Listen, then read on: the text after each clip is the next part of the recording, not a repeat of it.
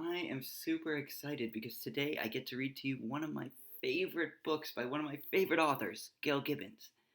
This book is called From Seed to Plant, and we'll probably read it again in second grade because readers reread, and it's nice to revisit some of the information when we start talking about pollination.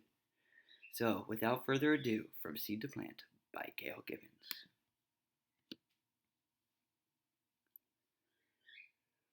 Most plants make seeds. A seed contains the beginning of a new plant. Seeds are different shapes, sizes, and colors. All seeds grow into the same kind of plant that made them. Many plants grow flowers. Flowers are where most seeds begin. A flower is made up of many parts. You have the pistil, the stigma, the pollen, and the stamens, which are also called pollen dusters. There's where you find the pollen.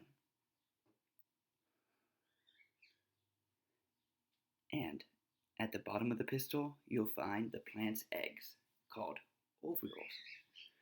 Before a seed can begin to grow, a grain of pollen from the stamen must land on the stigma at the top of the pistil of a flower like itself.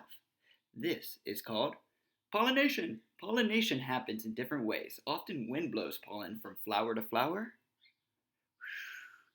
Bees and other insects and hummingbirds help pollinate too, while they visit flowers for their sweet juice called nectar. Pollen rubs onto their bodies. They then carry the pollen to another flower where it comes off onto its pistil. If a pollen grain from a flower lands on the pistil of the same kind of flower, it grows a long tube through the pistil into an ovule. This is the beginning of a seed.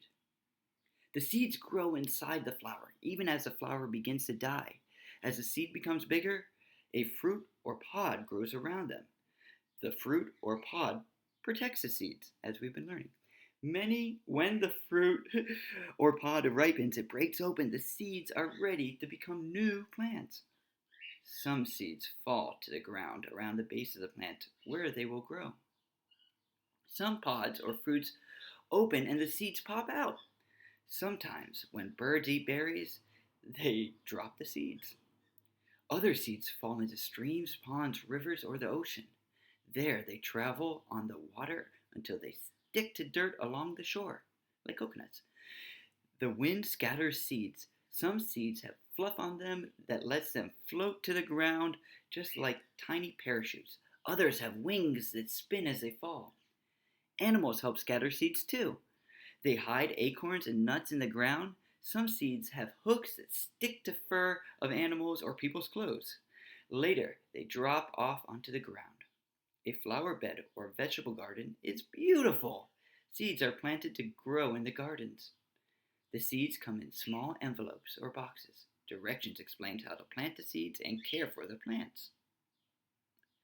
The beginning of a plant is curled up inside each seed.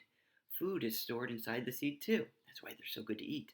Seeds have a coat on the outside of them to protect them. A seed will not sprout until certain things happen. First, it must be on or in the soil. Then it needs rain to soak the seed and soften its seed coat.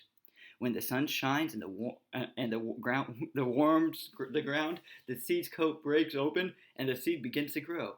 This is called germination. A root grows down into the soil. The root takes in water and minerals from the ground. Up grows a shoot. Green leaves grow up from the shoot and towards the sun.